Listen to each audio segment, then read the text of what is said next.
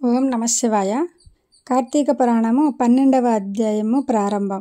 ఓ మహారాజా, కార్తీక మాసంలో సోమవారం రోజున కార్తీక ద్వాదశి వ్రతము గురించి సాలగ్రామ మహిమ గురించి చెప్పుచున్నాను వినమని చెప్పి వశిష్ఠ మహర్షి చెప్తున్నారు. కార్తీక సోమవారం నాడు ఉదయం లేచి కాలకృత్యాలన్నీ తీర్చుకొని నదికి వెళ్ళి స్నానం చేసి వచ్చి శక్తి కొలది బ్రాహ్మణునికి దానం ఇచ్చి ఆ రోజంతా ఉపవాసం ఉండి సాయంకాలం శివాలయానికి కానీ విష్ణాలయానికి కానీ వెళ్ళి పూజ చేసుకోవాలి. తర్వాత నక్షత్ర దర్శనం చేసుకున్న తర్వాత భోజనం చేయాలి. ఈ విధంగా చేసిన వారికి సకల సంపదలు కలిగి మోక్షం కూడా కలుగుతుంది.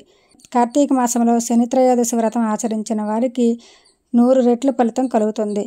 కార్తీక శుద్ధ ఏకాదశి రోజు పూర్తి ఉపవాసం ఉండి ఆధ్యాత్మికంగా ఉంటూ విష్ణాలయానికి వెళ్ళి శ్రీహరిని మనసారా ధ్యానించి పురాణ పఠనం చేస్తూ కాలక్షేపాన్ని చేసిన వారికి బ్రాహ్మణ సమారాధన చేసి 1,000,000 యజ్ఞాల ఫలము కలుగుతుంది. ఈ విధంగా చేసిన వారందరికీ సూర్యగ్రహణ సమయంలో గంగా నదిలో స్నానం చేసి 1,000,000 బ్రాహ్మణులకు భోజనం దానం చేస్తే ఎంత పుణ్యం కలుగుతుందో దానికంటే అధికమైన ఫలితం కలుగుతుంది.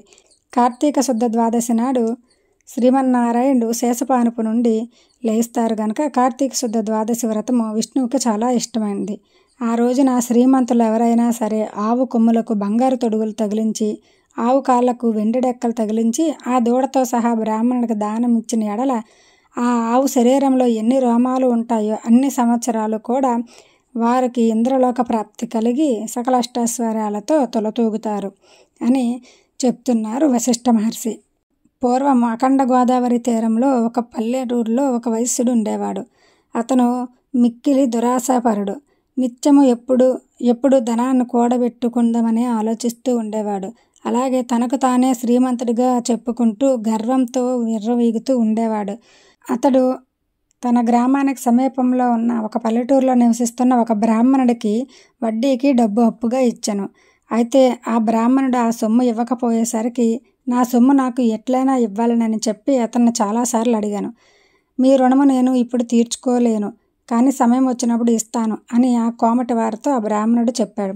అయితే కోమటివాడు అలా వీల్లేదు, నీవు ఇప్పుడే తీర్చాలి, లేకపోతే నీ కంఠాన్ని కోస్తాను అని ఆవేశంతో పలికాను. అదే ఆవేశంతో వెనక ముందు ఆలోచించకుండా తన వెంట తెచ్చుకున్న కత్తితో ఆ బ్రాహ్మణుడిని చంపెను. వెంటనే ఆ బ్రాహ్మణుడు గిలగలా కొట్టుకుని చనిపోయారు. ఆ కోమటివాడు భయపడి అక్కడే ఉన్న రాజుభటులు వచ్చి పట్టుకొని పోయి తనని దండిస్తారేమోనని తన గ్రామానికి వెళ్ళిపోయాడు. బ్రాహ్మణ హత్య మహాపాపం కనుక అప్పటి నుంచి ఆ షావుకారికి బ్రహ్మహత్య పాపం చుట్టుకుంది. కుష్ఠవ్యాధి కూడా కలిగింది. మరణించిన తరువాత యమదూతలు వచ్చి అతను తీసుకొని పోయి రౌరికాద నరకంలో పడవేశారు. అయితే ఆ షావుకారికి ఒక కొడుకు ఉన్నాడు. అతని పేరు ధర్మవీరుడు. పేరుకు తగ్గట్లుగానే తండ్రి సంపాదించిన ధనాన్ని దాన ధర్మాలు చేస్తూ పుణ్యకార్యాలు ఆచరించుచు నూతులు చెరువులు తవ్విస్తూ సకల జనులను సంతోషపెడుతూ ఉండేవాడు. మంచి కీర్తిని సంపాదించుకున్నాడు. కొంతకాలానికి త్రిలోక సంచారి అయిన నారద మహర్షి భూలోకానికి వచ్చి అక్కడ ధర్మవీరుడి ఇంటికి వెళ్తారు. అయితే ధర్మవీరుడు నారద మహర్షికి సకల మర్యాదలు చేసి, ఓ మునువర్య, తమరు వచ్చిన పని ఏమిటి అని అడగగా దానికి నారద మహర్షి చిన్న చిరునవ్వు నవ్వి, ఓ ధర్మవీర, నేను నీకొక హితము చెప్పుచున్నాను వినుము. ఆ శ్రీ మహావిష్ణువునికి కార్తీక మాసంలో శుద్ధ ద్వాదశి మహా ఇష్టమైన రోజు. ఆ రోజు స్నానం, దానం, జపాదులు ఏవి చేసినా కూడా అనంతమైన ఫలితం కలుగుతుంది. 4 జాతుల వాళ్ళు చేయవచ్చును. స్త్రీ అయినా పురుషుడైనా ఎవరైనా చేయవచ్చును. అలాగే ఆ రోజంతా ఉపవాసం ఉండి సాలగ్రామం దానం చేసిన జన్మలందు కూడా చేసిన పాపాలన్నీ పోతాయి. నీ తండ్రి యమలోకంలో పడి నరక బాధలు అనుభవిస్తున్నాడు. అతన్ని ఉద్ధరించటానికని నీవు సాలగ్రామాన్ని దానం చేయడం తప్పదు అని నారద మహర్షి ధర్మవీరుడికి చెప్పారు.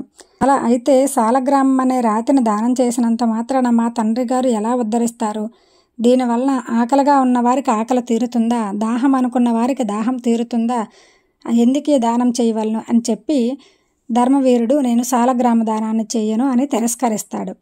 ధర్మవీరుడు అవివేకానికి విచారించి, సాలగ్రామము శిలారూపముగా భావించావు కాబట్టి నీకు అలా అనిపిస్తుంది. అది శిలారూపము కాదు, శ్రీహరి యొక్క రూపము. అన్ని దానాల కంటే కూడా సాలగ్రామం చేసినచో చాలా అనేకమైన గొప్ప ఫలితం వస్తుంది. నీ తండ్రి నరక బాధల నుండి విముక్తి అవ్వడానికి ఈ దానం తప్ప మరొక మార్గమే లేదు అని చెప్పి నారద మహర్షి అక్కడి నుంచి వెళ్ళిపోతారు.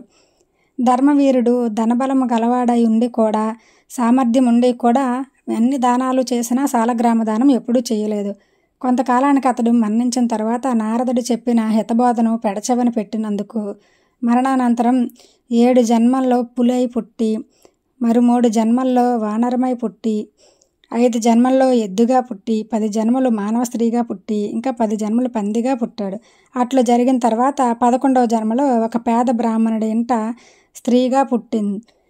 ఆ స్త్రీకి యవ్వనం రాగానే ఒక బ్రాహ్మణునికిచ్చి పెళ్లి చేశాను. కొంతకాలానికి ఆమె భర్త చనిపోయారు.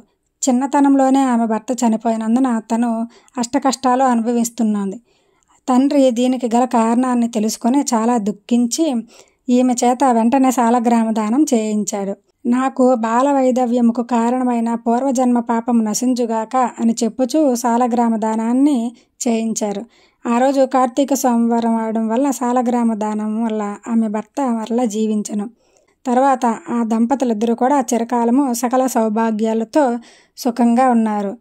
కావున ఓ జనక మహారాజా, కార్తీక శుద్ధ ద్వాదశి రోజున సాలగ్రామం చేసిన దాని ఫలితం అంతా ఇంతని కాదు, అది అనంతమైనది. నీవు కూడా ఆ సాలగ్రామ దానం చేయుము అని వశిష్ఠ మహర్షి జనక మహారాజుకు చెప్పుచున్నారు. ఇది కార్తీక పురాణము 12వ అధ్యాయము సమాప్తం. జై శ్రీమన్నారాయణ.